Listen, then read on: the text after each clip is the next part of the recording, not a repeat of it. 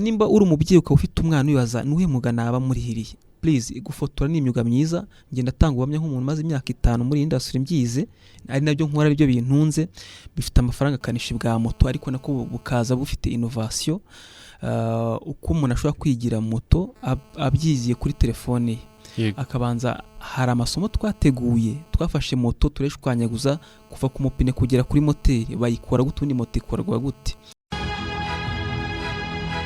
Mu bihumbi 2012 ubwo hatangiraga ishuri rya IBTC Film and Design School ryigisha gufata amashusho, gufotora no gukora film, nta watekerezaga ko byagira ahangaha hose. Ubu abarisohotsemo bayoboye uruganda rw'amashusho aha mu Rwanda no muri East Africa, n'abakozi b'amateleviziyo, niba rwiyemeza mirimo, bafite n'ibindi byinshi bakora. Abangabo bose bigaga bicaye mu ishuri imbere ya mwarimu.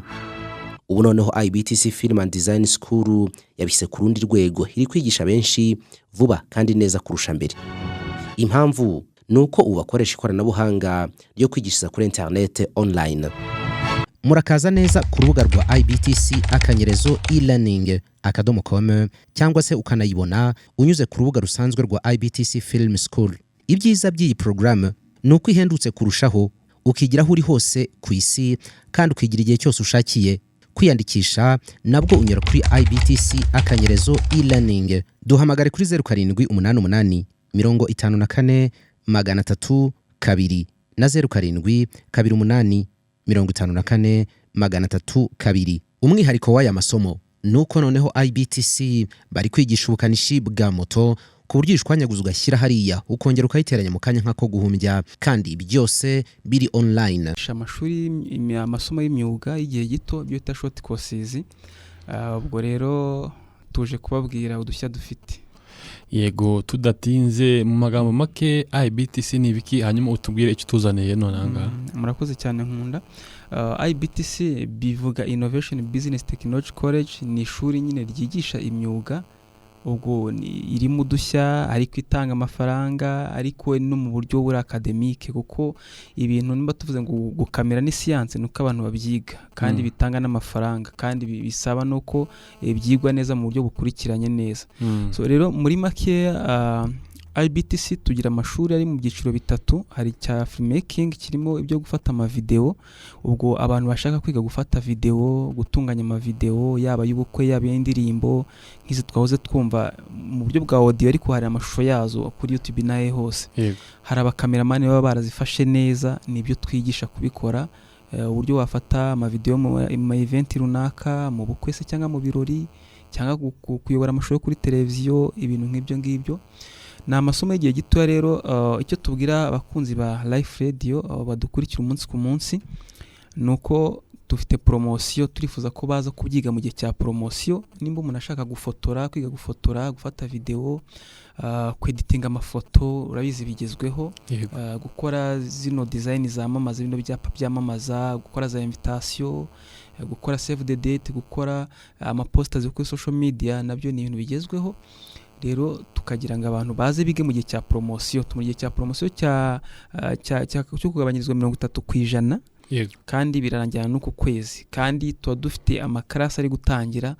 Twifuza ko abantu bashaka kutugana baza kwiga iwacu. Dukorera kwa Rubangura muri etage ya 4, muryango wa 106. Nimero bashaka kuduhamagara bashaka kwiga cyangwa se no kubaza ibisobanuro birambuye ni 0784 16 Uyu munsi ni ikihe gishya kiri kuvugwa muri IBTC wenda kugira ngo tumwanya ntacyo mba mbibona muri IBTC. Nyuma yuko tugize amasomo yo gufotora akagira impact nziza, twifuje no gufata indi myuga isanzwe, tuvuge nk'ubukanishi bwa moto, ariko nako bukaza bufite innovation. Uko umuntu ashobora kwigira moto abyiziye kuri telefone ye, akabanza hari amasomo twateguye, twafashe moto tureshwanyaguza kuva ku mupine kugera kuri moteri, bayikora gutundi moto ikorwa gute. Turangije dukora ama video tuyashyira mu buryo bwa online muri platform online. Ni ukuvuga ko program ukuntu iteye, umunyeshuri ashobora yiga ukwezi kumwe kuri telefone cyangwa se kuri mudasobwa mu Kinyarwanda, ariko kubakanika moto yarangiza afata n'ukundi kwezi kumwe akajya mu igaraje, mu magaraje dufitanye amasezerano hirya no hino mu gihugu, akiga pratique zabyo. Impamvu ni iyi: abakanishi bajyaga kwiga mu igaraje akamara nk'imyaka 2 atarafata ubumenyi ngo atanakura amafaranga kuko byabaga ari ibintu bivangavanze, ariko twarabikemuye neza. Uriga, wamara kwiga ukajya mu gukora pratique mu mezi abiri bihagije kugira ngo ube umukanishi mwiza wa moto, ku buryo wakora n'igaraje ryawe cyangwa ugakora n'abandi mu magaraje ukaba uri umukanishi mwiza.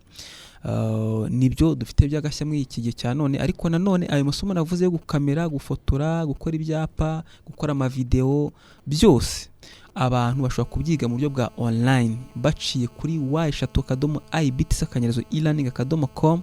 dufite ubuhamya bw'abantu bari muri Amerika biga. Ejo navuganye n'umunyamerika saa 6 z'ijoro iwabo bari ku manywa, mwandikisha agiye gutangira kwiga. Rero niba duhamagare tubakire kuri 0784 16 5 847 niyo nimero y'ishuri, cyangwa se badusange kwa Rubangura muri etage ya 4 mu muryango wa 106. Urakoze cyane. Uvuze kuri ku buryo bwo kwiga ku buryo kuri online cyangwa se uciye kuri internet, e-learning ndi kubibona hano. Ntabwo zaba biheje bamwe nk'abantu badafite telefone wenda cyangwa se batazi kwikoresha, kuko ntabwo uri kubwira abantu b'Ikigali gusa, ntabwo uri kubwira wenda bari Washington DC gusa, uri kubwira n'umuntu uri Nyamasheke iyo ngiyo mu cyaro. Cyane ko twanabikore kugira ngo abanyarwanda banze ba benefiting mo mbere y'abandi. Si gitangaza, bishobora ko hari abatarajya smartphone, kuko n'abantu benshi bashaka kwigukanisha bwa moto barabitubwira. Rero dufite programme y'abantu bazigukanisha bwa moto cyangwa se baguga n'andi masomo y'abandi ariko bishyize hamwe. Tugize amano tukabana groupe nk'abantu 15 20, dufata ahantu hamwe tukashyira smart classroom, tukashyira smart TV ya televiziyo nini nyine. Nundi ayo masomo y'amavideo ko bikorwa bakaza bakicara mu ishuri bisanzwe bakayakurikira. Haba hari umuntu bakonsi bashinzwe ahantu hamwe twafashe runaka, hanyuma basoza kubyiga n'ubundi abajya mu pratique yabo tukabikora, kuko urumva umuntu abavuga kamera nakora pratique gute. Nk'aho bari muri Amerika ne hose bafite kamera zabo, ariko tugira igihe cya pratique twabasanga aho ngaho bigiye, cyangwa se bakaza iwacu kwa gatandatu umunsi umwe mu cyumweru bakaza gukora pratique za byanyu biga online. Ariko icyo turashaka ko abantu bagabanya urugendo bakora bajya kwiga, amafaranga bategesha, amatike, ibyo kurya, babyaza umusaruro na telefone basanzwe bafite za internet. Rero uburyo bwose twarabuteganyije. Urakoze cyane. Hari muri ni publicité tugira hano, hari promo code rero nangiye kubaza, wenda abandi barakubaje simbizi, ariko nashaka wenda bo wagisobanurira nk'abantu wenda ibijyanye na promo code. Life Radio na abafatanya bikorwa beza na IBTC. Icyo twakoze mu buryo umuntu ugiye kwiga mu buryo bwa online, kugira ngo tunabwire abantu bayikunde bane ko binashoboka, ni igiciro gito cyane. Ubusanzwe isomo ryishyurwa 150 uje iwacu ryigishwa 100 mu buryo bwa online. Ariko iyo uciye kuri promo code ya Life Radio, tuvuge kuko uri ku registering gukora account urakoza ngo wabyumvishe he, ubu ndabivuze isubyumva kuri Life Radio, ufashiwe nimero kwa ngo ngiye kwiga gufotora cyangwa gukora ibyapa, nciye kuri Life Radio uzishyura 150. Ni nka Life Radio yakwishyura 150 kuri bya somo ugiye kwiga, twe dutegereje ko nawe uzana ya 150 kugira ngo uyishyure ufate ya package y'isomo ry'100. Ariko niyo promo code ya Life Radio. Ubwo rero abantu bazajya kwiga kuri e-learning cyangwa se online baciye kuri promo code ya Life Radio bazishyura 150 byonyine. Gufotora ukishyura 150, gukora moto 150. Ntacyo bisa. Aho ngaho waruvuze hari ikibazo nigeze no kubaza undi mu twari twakiriye hano kijanye ni urabona mwakira ntago bisaba ko ufite diplome kujya kwiga muri IBTC. Amashuri yose buriya ntabwo harimo challenge wenda z'amagambo akoreshwa muri classe. Mu by'ukuri ibintu byacu, ibintu twigisha biri international kuko birasa ku isi hose. Kamera setting apacha usanga n'umuzungu ari byo akoresha. Icyo twakoze twabishyize mu Kinyarwanda kubera ko turi gusavinga society y'Abanyarwanda. 90% dusavinga Abanyarwanda.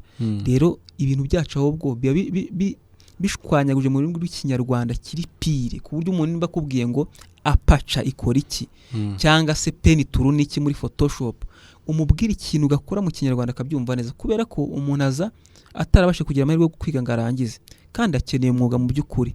Ntabwo rero twe duheza tuyabwira mu Kinyarwanda no gusubiza wenda wowe ujya udusura urabibona turamubwira subiza mu rurimi wumva ushaka kuko abe n'abanyamahanga urabona mu kinyarwanda subiza mu kinyarwanda nimba tuvuze ngo wateze kamera ngo electronic device byandike mu kinyarwanda cyangwa kuko bivuze ngo electronic device donc uburyo bw'ururimi nta kibazo bivuze ko nimba wenda hari utumva ikinyarwanda uri kwiga hariya nawe nta kibazo turabasavinga abakamerone abafiga Faransa benshi mbese ingeri zose abahinde baraza abaethiopia baraza benshi bivuze ko muri Pibista bivuga ko mufite indi classe muri Kongo Bukavu sibyo muri Kongo ryaratangiye ishuri yigeze kuba yego ariko ubu sofa ntago riba ryatewe n'iki byatewe nuko offline gusetinga ikigo mu kindi gihugu policies bisaba nyine ibintu byinshi ahubwo twakoze online tunashimira abantu bari hakurya muri Kongo hano batangiye kwiga ibintu byacu muri Kongo hari umuntu uri muri Bunia wize moto bita Esengo dufite ubuhamya bwe wize gukanika moto aciye online yari yabuze ahantu yigira gukanika moto aho muri Kongo abyiga iwacu ko yumva Kanyarwanda gakeya arabyiga arabimenya rero ntabwo rihari mu buryo bwa physical bwo nabo bari kwiga mu buryo bwa online hari wenda hari gukanika moto bavuze moto ni moto zonyine bacari kuri moto ntago biragera ku modoka hari amasomo yo gukora imodoka turi gukora ubu turi kuyatunganya sofa hari amasomo yo gukora amagare hari amasomo yo gukora amatelefone byose abantu batazi ko biri under TVET board iyo ni imyuga Rwanda TVET board iba yarashuyemo amafaranga iba yaraha agaciro iba yarateguye amakarikiramu rero turagira ngo abantu nabo babyitegure gukanika amagare n'umwuga gukanika amatelefone n'umwuga gukanika amafirigo n'umwuga byose tuba twarabiteguye tuzabibabwira nabyo biri mu nzira ariko ubu bihari no gukora moto gufotora gukora ama video kweditinga bira byose twavuze no gukora ama website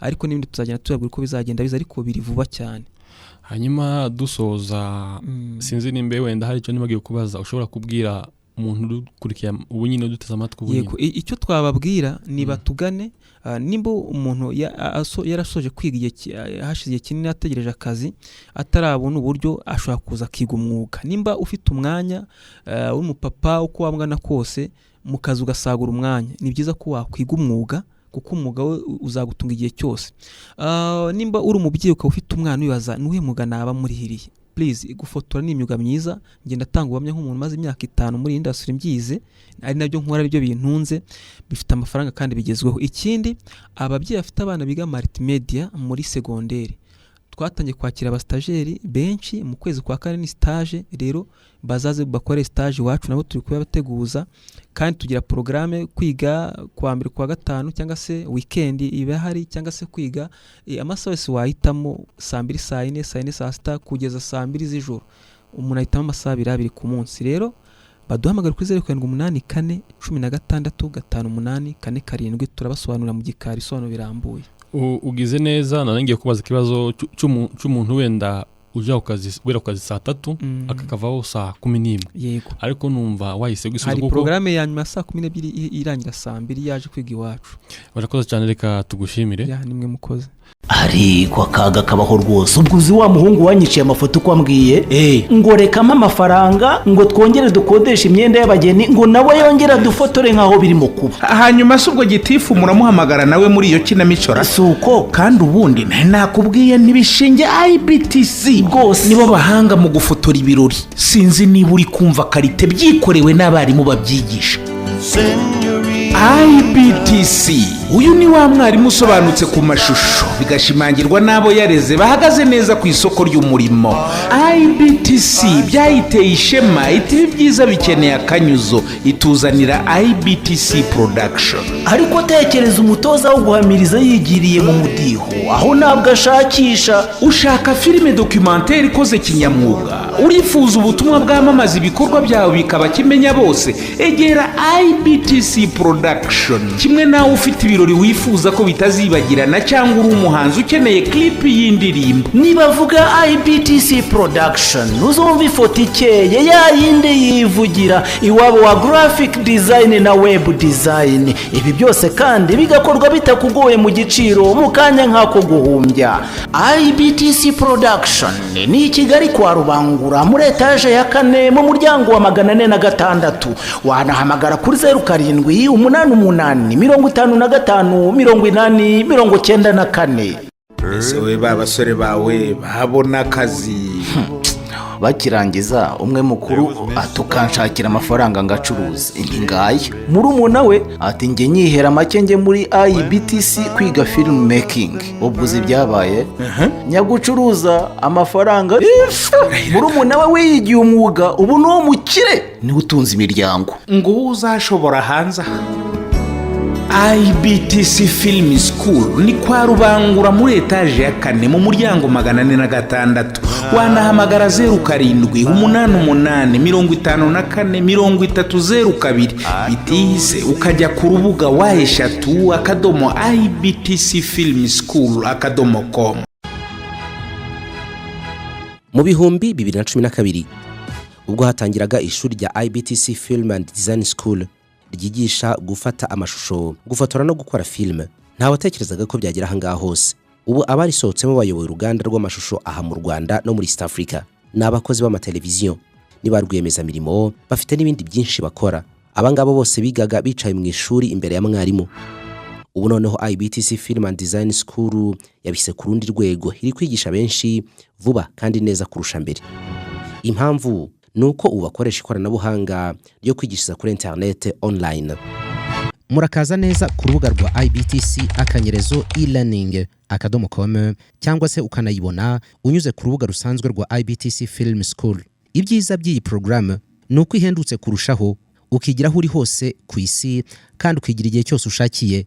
Kwiyandikisha nabwo unyura kuri IBTC akanyerezo e-learning. Duhamagare kuri 0788 54 302 na 0728 54 302. Umwihariko w'aya masomo nuko noneho IBTC bari kwigisha ubukanishi bwa moto ku buryo ishwanyaguza ugashyira hariya ukongera ukayiteranya mu kanya nk'ako guhumbya, kandi byose biri online.